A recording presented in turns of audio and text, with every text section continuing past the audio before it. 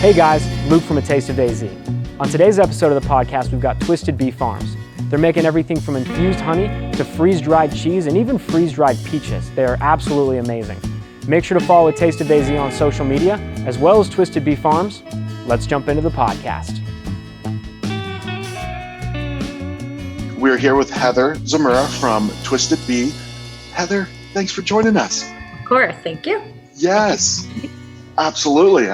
So I just noticed when I did this, my hands look huge as I reach toward, I feel like Shrek or something.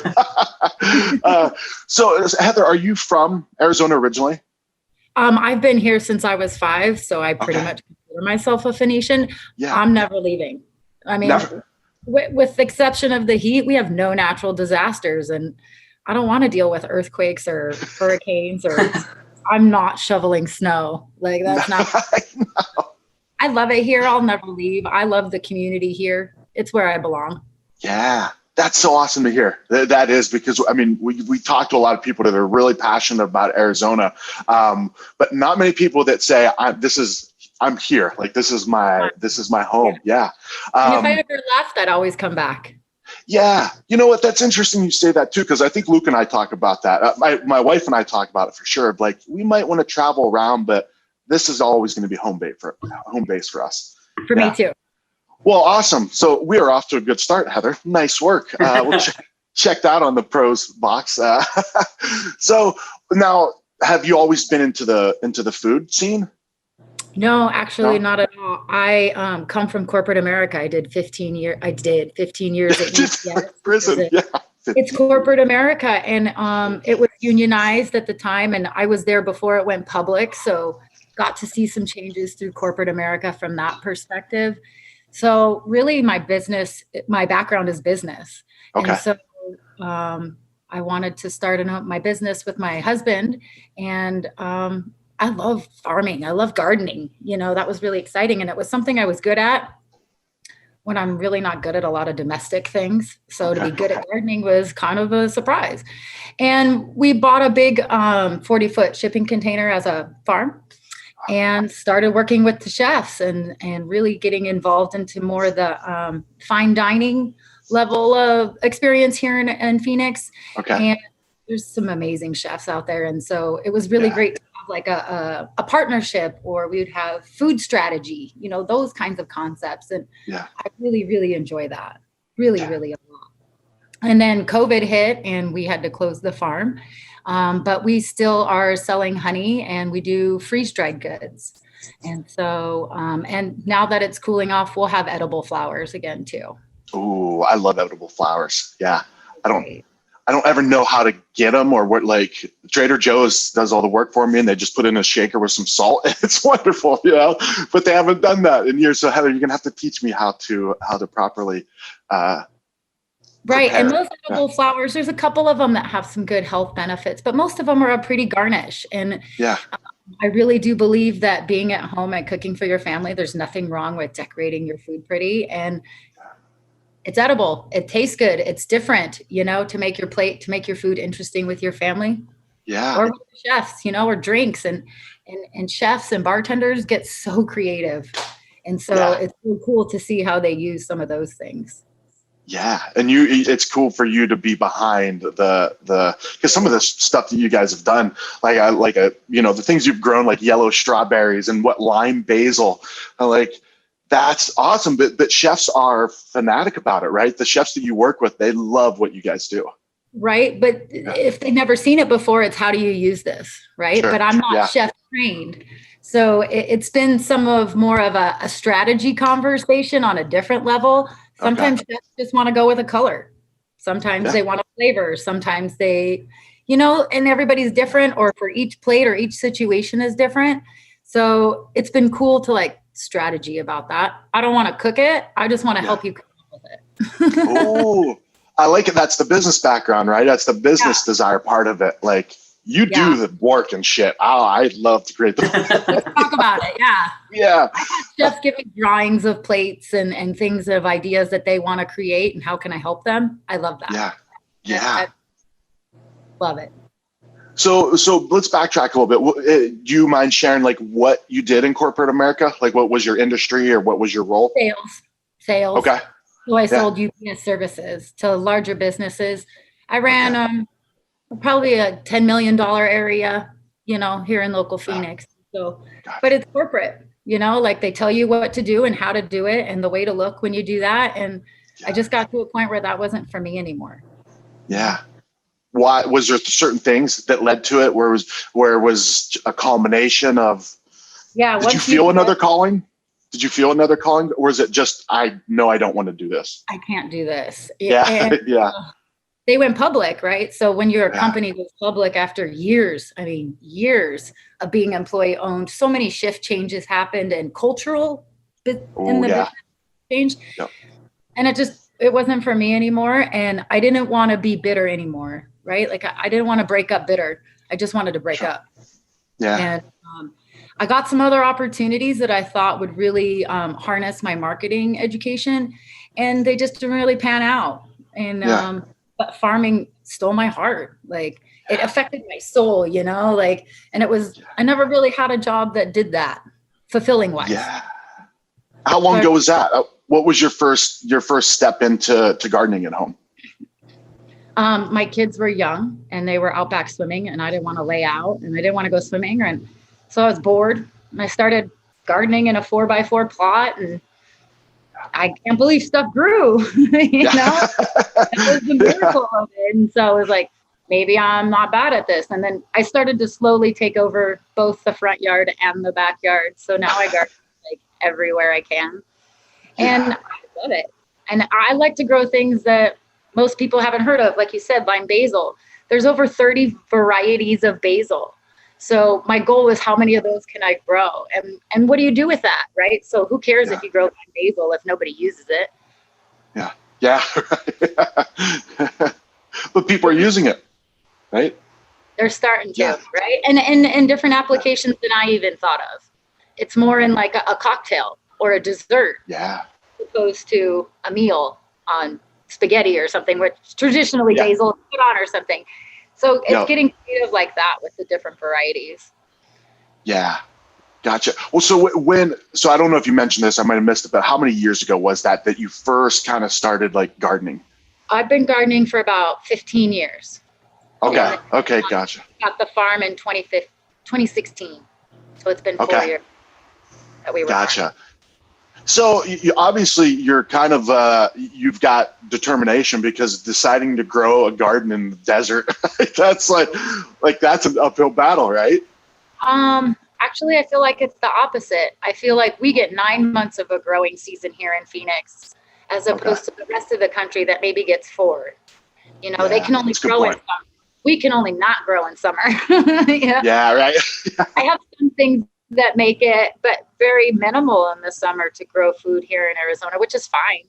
I grow so much more in 9 months out of the year. Even in our winter isn't that bad. And if you cover it up, we have like maybe 2 frost days, maybe. That's not that big of a deal. That's really good. I love gardening here. It's ideal to me. And I've heard that the soil is, if you can get irrigation to it, the soil is actually very nutrient rich, right? Now, I wouldn't go nutrient rich. I've really had to put some effort into the earth by growing in the earth, in terms of tilling and adding and adding and adding. I mean, after 15 years, that soil out back there is fantastic, right? But I've put a lot of effort and time into it. Otherwise, I started out raised beds because the earth was terrible. Yeah. Okay. All right. So you were growing in your backyard and whatnot for a long time before it transitioned into a business.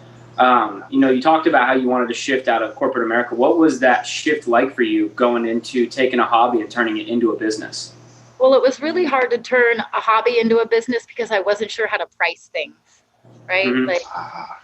But nobody else had that stuff. So it was this not being done currently, but also I've been doing this as a hobby and giving it away. And now we got to make a business out of it. That was difficult for me. Transitioning from corporate America into doing my passion was not difficult. I mean, from going to wearing business suits to wearing my pajamas was legit awesome. The first thing I did when I left corporate America was pierce my nose, because it was those little things that I couldn't do there, but that was me. Sure. And Yeah. being able to be myself every day, wearing whatever I wanted, smelling, looking, being whatever I wanted, was awesome. And I hadn't had that opportunity in a work environment, if you will, or a job environment, a long time. Well, that's you ran it. interesting because when you give up, a more steady job, if you will, of like corporate America, being an employee of someone else, you have the stable paycheck, and then when you go on your own, you get the new stresses of, how am I pricing these things and all that. But just being able to wake up and put on the outfit you want, or like you said, pierce your nose if you want, it's worth, it's priceless, really. To me, it was, but I didn't know it was priceless until I got it. Mm-hmm. Right? I didn't know what I was missing for a minute. And I have to admit to you, for my family, that was very scary to not have that consistent situation. But I had to take my chance. I don't know. Yeah. It was one of those things. It was my time to take a chance, and I went for it. And you don't regret it. I can tell, right? You don't regret it. No. No. I don't believe in regretting, right? Like, I make choices with sound mind and experience. Sure. Yeah. So I don't regret any of that at all. Yeah. Good. And where's your husband when you wanted to make this leap? What were his thoughts on that? I mean, as a good spouse, concerned, right? Sure. Yeah. As a good spouse, wanting to seeing that I was so passionate about it and that I had so much love for it, and it was so exciting to me, and I can't imagine the light bulb that he must have saw turn on because I had this opportunity. Yeah. But it's been hard. Like, it hasn't been an easy 4 years in terms of dealing with that at home. The home life work balance when you work from home is tough. Yes, it is. Especially doing something like farming as well. I love it. So I'm going to grab it. If I don't have anything here, I'm going there. I'd spent a lot of time doing that. I loved it though. I wasn't bitter about it. Yeah. And sorry. What were some of the hurdles that you had to get over, once you started transitioning and pivoting towards running your own business? So you mentioned pricing. What else were kind of things that you had to figure out along the way? Well, there wasn't that I had seen a lot of hydroponic farms here in the Valley. And so it was also educating people about that process and not doing hydroponics outdoors, but doing it indoors, what type of product that created. Some education had to happen because I was the first one in Arizona to have one of these machines, and nobody really knew about it. So I think there was a lot of education that had to happen. And then when I picked specialty produce, it was things that nobody had ever even heard of. So I had to even educate even further about the product itself. And that was exciting to me. I loved educating about, 30 different types of basil, or there's over 100 varieties of lettuce. I've grown probably 50 different kinds of lettuce because I wanted to try them all and see what the difference is. And in this environment, is that positive or negative? Does it grow right or wrong? That part was great for me. I struggled with the production side of things. So the machine was going to say if you planted 800 heads of lettuce, you were going to get 800 heads of lettuce, but they all came at the same time. Mm-hmm. Planted them all at the same time. They're going to harvest all at the same time. So it was managing production to accommodate the restaurants. What would be what would be the downfall of them all being ready at the same time? Well, I didn't have somebody that was willing to buy 800 heads of lettuce that day. Gotcha. I want to harvest them and keep them in a fridge because at some point that degrades the quality of what I'm doing here. Yeah. And so that was a learning curve for us, having too much product and not knowing where to put it. But then what do we grow if no one's even ever heard of this type of kale or this type of lettuce? Who's going to buy it? And why should they? Yeah. So we had to figure out what they were going to buy, what they would be interested in, and really just talking to my chef friends and being like, what color do you want? What flavor profile are you looking for? Yeah. I had a friend that hated kale. Well, I found a kale that tastes like broccoli. So I'm an excuse not to eat the kale anymore, And those types of things is the workaround. But I didn't know until I didn't know. Yeah. And why a shipping container? Is that what you said? A shipping container? That's what you? Yeah. It's a 40-foot shipping container. Yeah. It's made by a company called Freight Farms. Okay. It's already set up for you. Oh. And so everything is automated. It dispenses nutrients. The lights came on, water. So many things were automated for you that you really didn't have to do that. You just had to plan, monitor it, yeah, and harvest. And so I loved it. It was a great machine for me. But it's a 40-foot shipping container. It was a refurbished meat container, so it had 3 inches of insulation all the way around. Okay. So we kept the farm at like 65 year round. Gotcha. So to be able to have fresh greens in the middle of summer here in Arizona was amazing. Yeah. So you said chef friends too. You had chef friends early on who were some of the people you worked with early on that kind of helped you? I would say the main person that helped me out the most was probably Josh Hebert it was Posh at the time, but he does the Noodles Sake restaurant in Scottsdale. And he really helped me out a lot. Kevin Binkley helped me too. And it was really more gearing towards what to grow to cater to the market. Meaning like, all right, here's what you're going to want to go towards as far as like to right. So my question what's going to be in demand? What produce do you not get in? What produce is hard for you to obtain in good quality? And so they would mention shiso or this type of thing. Okay, I'll grow it. Let's try it. Yeah. They were already interested in buying the product, so they told me to grow it. Well, now you have to buy it. Right. But if you're doing that kind of thing, what do you want me to grow for you? I'll grow it. Because if you're not the only one looking for that. Sure. Right? There's another chef in the valley maybe 2, maybe 5 that are looking for that type of similar product with this quality level. Yeah. Well, especially if Josh and Kevin are using them, right? Like if they're setting that standard, like, hey, Kevin Binkley's using it. All right, I guess it's good enough for me, and Stephen Jones helped me a lot too. I mean, Corey from Leopold from Atlas at the time, he's been great. They've all been great, and they've helped me learn so much as I think that I've been able to teach them some new things about produce that they never even heard of, or ways of growing food that they didn't even think of. Yeah. It's good. That must have been a process. That must have been an important confidence booster as well, having people of that caliber getting on board and telling you what you needed to do.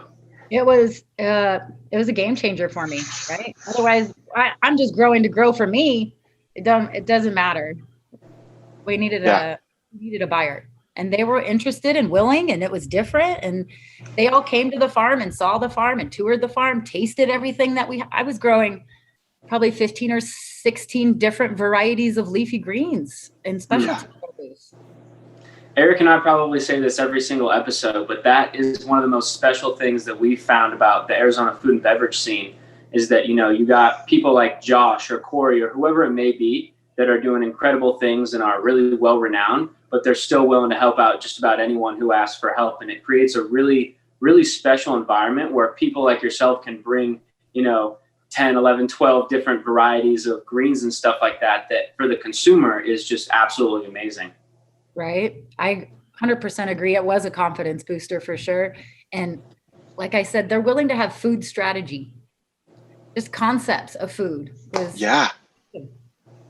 they have the experience, they have the opportunity to express those things, right? Because they've worked hard and put themselves there. So, I enjoyed it a lot. Yeah. So once you start talking to these people and they tell you what to grow and you get some new stuff rolled out and they're starting to make dishes with it, how is that for you? Going from a sales job to now running your own business and having these awesome people use your stuff in crazy dishes. How does that feel? It was really cool. And, so different than the business world, social media played a different role in this type of sales than it did, let's say at UPS. Posting Instagram pictures does nothing for your sales, right? Sure. For people to see how my food was being used and those particular chefs do such amazing plates and the way that their food look is gorgeous. That was really a leap up to show socially what we were doing. Absolutely. And I got some attention because of that. So it was different from that perspective because it becomes a little bit more of a social media world in some of those things than it was in a business world. Sure. Yeah. So where do things go after that? Once you start getting these dishes rolling out and people are witnessing the traction gaining on social media and elsewhere, how did things begin to change for you? I'm addicted to trying the new, right? Like trying new things and what can we do? Okay, you've tried this, this, and this. Now what do we do next? And that wasn't necessarily a good production decision. Do you know what I mean? So I had some hurdles with that because I just wanted to experiment and grow everything that I could grow. But at some point, the business had to be put in focus and grow for production. Sure. Yeah. Dang, it's business getting in the way again. Yeah. But it was the right thing to do for a business, sure. right? I had to, and thank goodness I had my husband to reel me back in and bring that into perspective. Yeah. This is a business. This isn't your play toy, you know. Damn it. I liked experimenting a lot. So I just had to reduce that down a little bit, gear more towards for production and go that route. Well, I mean, it's an ever evolving thing, right? That could come back where maybe that's all you do then is experiment, right? Let somebody else who are on the production side. Heather is head of experimentation at Twisted Meat Farms. I like that title. Yeah, yeah. So you said when COVID hit, that's when you had to shut down the farm, right? Yeah, because it was just. And we had taken on some partners and moved into a warehouse and we're expanding, right? Yeah. So I viewed it as like you own a franchise and you're breaking even, but you have 2 locations, you have 3 locations. All of a sudden you're starting to make more money. I needed more farms to make more money. Mm-hmm. Right? And so we got some partners and we went for it and it just didn't work out. So we are selling the farms and all the equipment from the warehouse at this time. Gotcha. But life finds a way, right? Because it is what it is.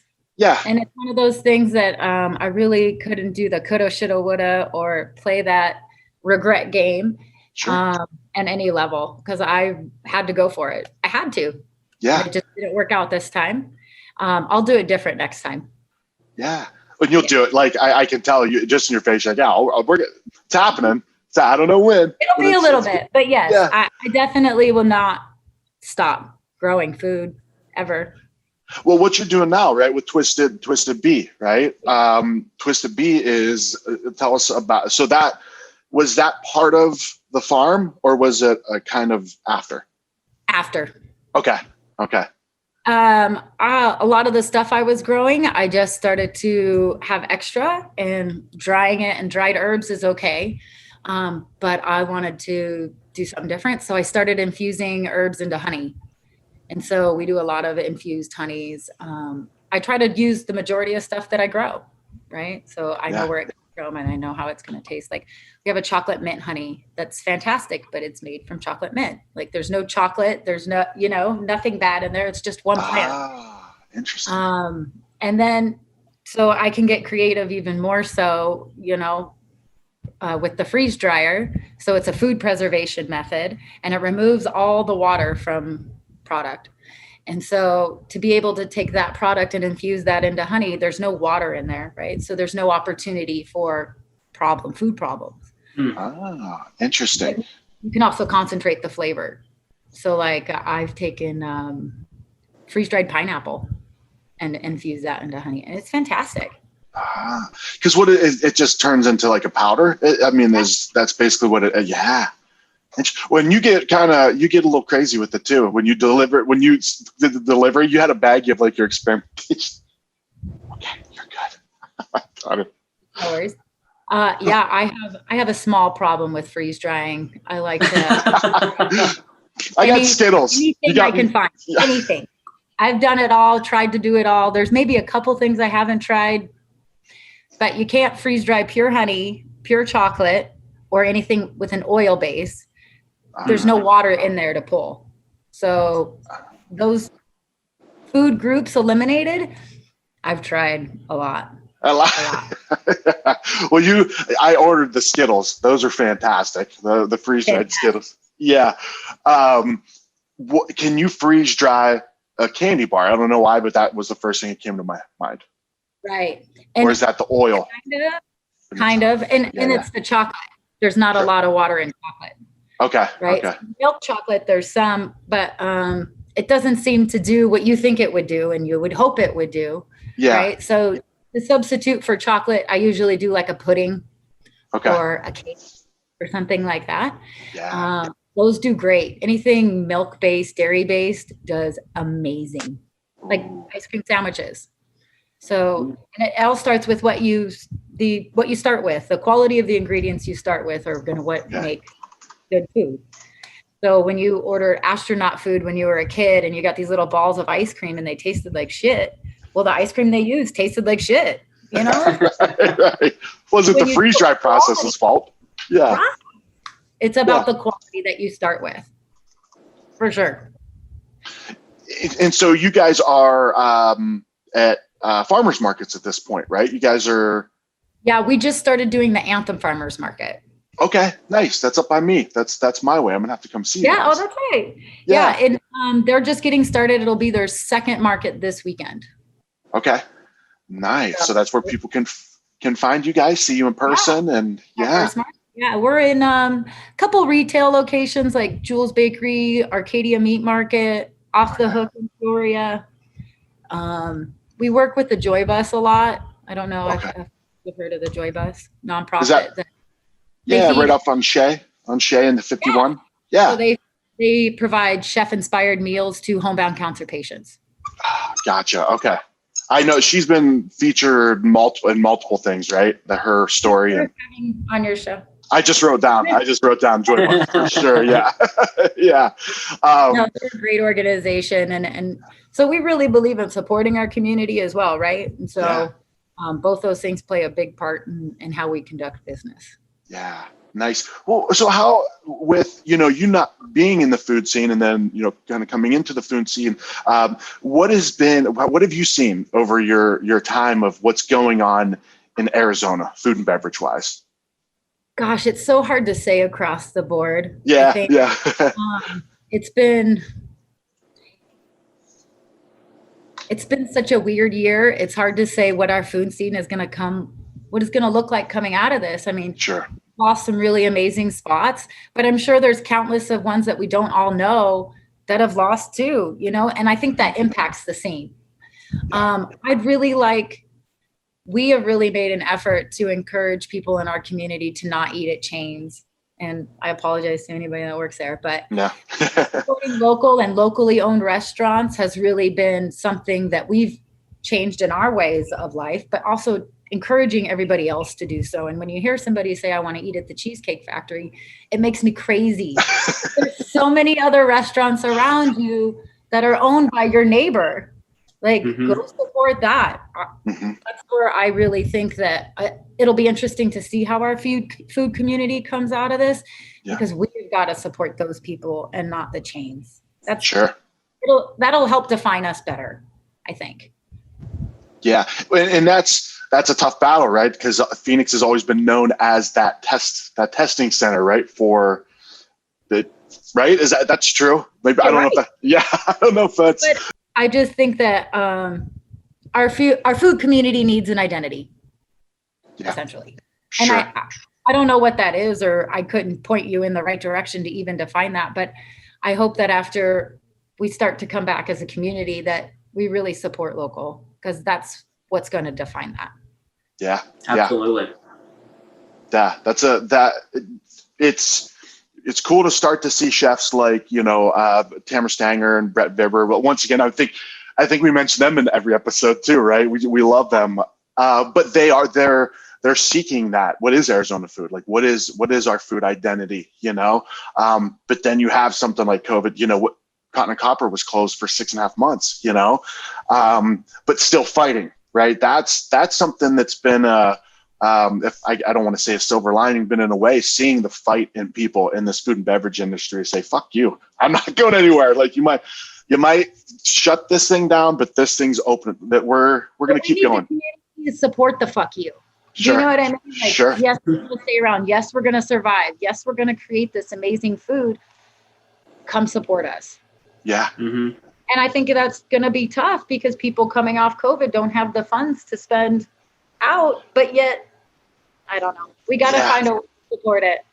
I think it'll be a tough battle, but I believe in Phoenix, right? So I believe in us and that we'll get there.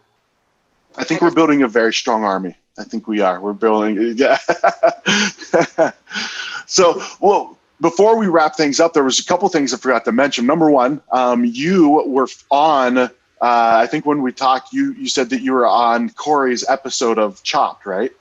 It was my 2 seconds of fame. Yeah. Hey, 2 more seconds than I got, you know.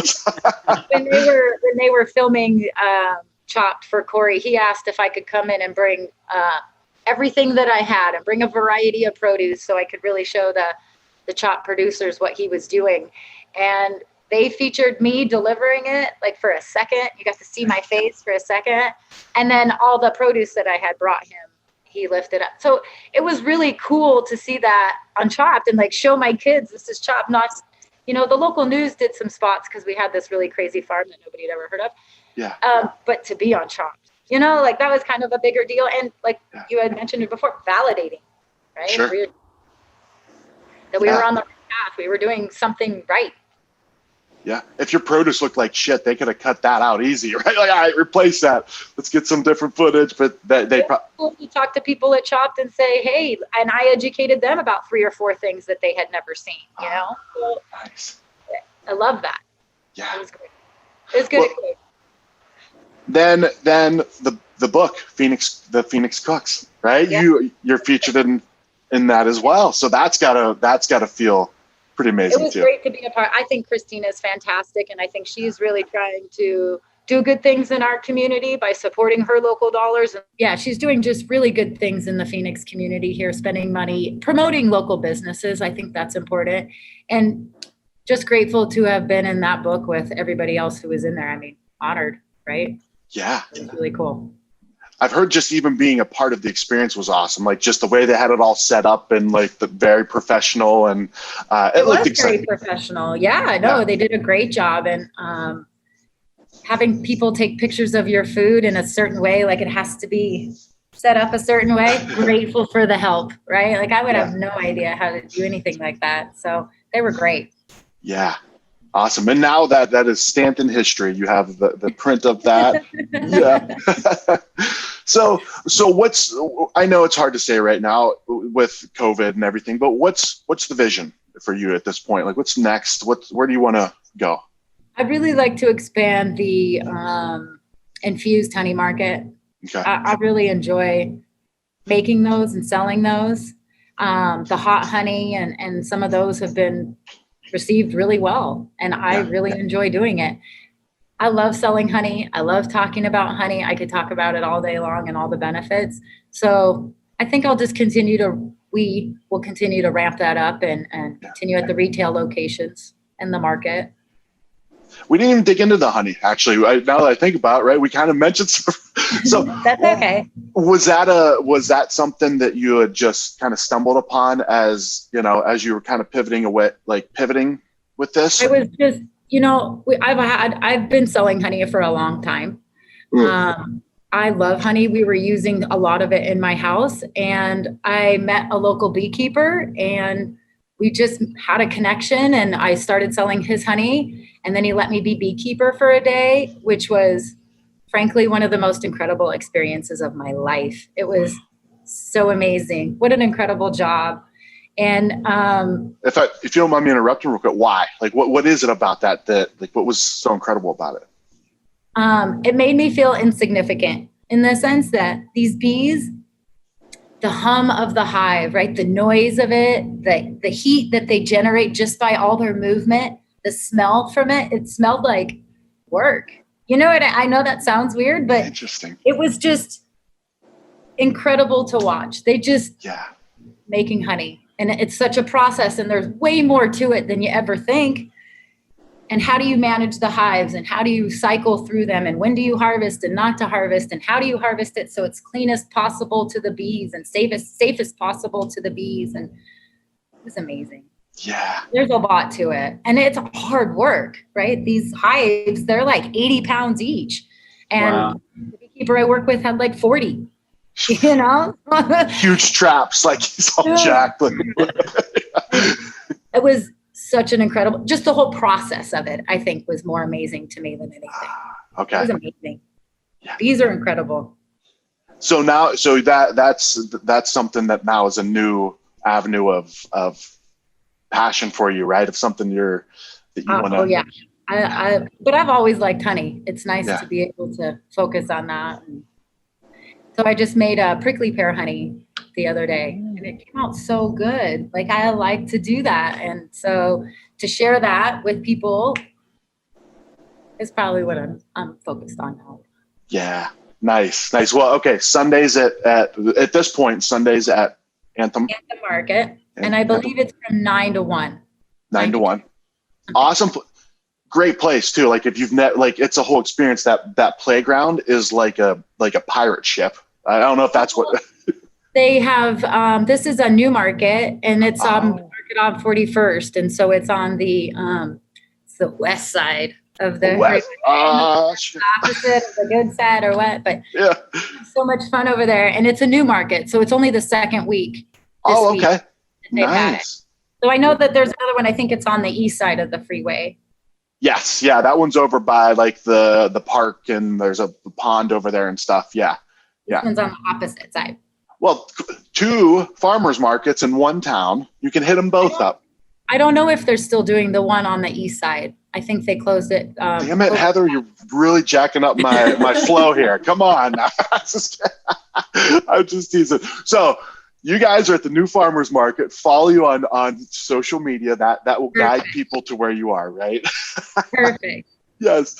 What are you guys on social media? How do we find you? Twisted Bee Farms. Twisted Bee Farms. Okay. Gotcha. Well, thanks for joining us, Heather. This was awesome. I know we've been trying to get this nailed down, and shit's going on everywhere. So there's, no worries at all. We got it nailed down. I hope that everybody gets through this. I think it's been really hard for a lot of people, maybe even not financially, but emotionally dealing with it all. Sure. And I hope by the end of this year, we as a community have turned it around. Yeah. Hoping. Well, excellent. Well, keep creating those good vibes. So you're doing good stuff, Heather. So, well, thank you very much. We'll keep you updated on the release of the episode. I think, Luke, we're about a month out at this point, right? Yeah, I think so. Yeah. So we'll keep you updated. Luke's, I finally got his stuff over to him, and he's going to start taking some pictures, and if he hasn't eaten everything already. So yeah. Did you try anything yet? I've tried the lemongrass. A few of the freeze-dried peaches, and then threw some of the honey on some pizza, and that was amazing. The habanero honey. That's really good. I can't believe that people are putting the hot honey on pizza. That's one of those things that it sounds counterintuitive, but so many people love it. Oh, it's absolutely delicious. I can verify for you that it's definitely worth trying out. I've had a couple people put the hot honey in their coffee and enjoy it. Interesting. But the things that people have come up with the honey has been awesome. Not just the chefs, right? Like people. And so it's so great to hear. And I'm so glad that you're sharing that, because I want to hear all the good ones that we can use for honey, not just my tea or my, whatever. It's nice to hear that. Yeah. Do you keep track of those? Do you keep track of all the different uses or anything of what people are doing? And I try to share them on social media so that I can tell people to go back and look at them so that they can see what other people do with it. Yeah. That's cool. That's creating your own little hive. You're creating your own little hive right there, right? Of fans. Awesome. With that, Heather, thank you so much. We really appreciate it. We'll let you get back to your day, but thank you again. Have a great day, you guys. Thank you. You too. You too. Bye.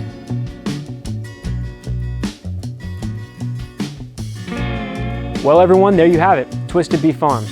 Make sure to pick up some of their infused honey. I recommend the habanero infused honey. Throw it on some pizza. Man, that is good. Make sure to follow Taste of AZ on social media, as well as Twisted Bee Farms. See you next episode.